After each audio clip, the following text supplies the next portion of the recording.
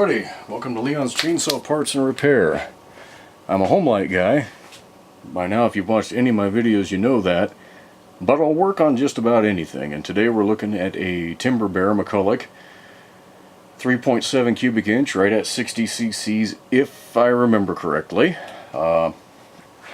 This saw was brought to me by a good friend of mine named Jim.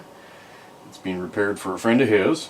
So first thing I had to do was get it apart and get the approximately pound and a half of just caked, greasy oil, sawdust mess out of everywhere. The automatic oiler and manual oiler are all one assembly right down in here. And I don't see any sign that it's leaking, so how all that oil got back in here, I don't know, other than the cap itself is already well on here. So it's possible it sat on the side one time and ran oil back there. Fuel line was ruptured and leaking, and that of course allows sawdust to build up behind this whole area.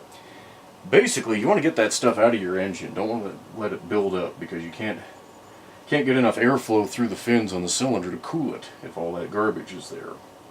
So anyway, you can hear this thing's running pretty good. The fresh fuel line did the trick in terms of getting it running. Still got a few details to work out. The spark arrestor is just kind of screwed in place on top right here, and that's all blown out, so I'll have to find one of those. Let me grab the clutch cover here. There are a lot of different designs of chain brake handles. This one would be a standalone flag, and you can see that, well, the flag itself is completely missing.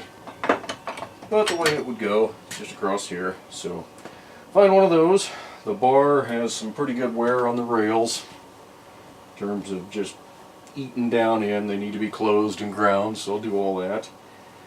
But other than that, looks like this saw is going to live to fight another day. So Jim, I think I'll be getting this back to you pretty soon, and your friend can get to cutting some firewood.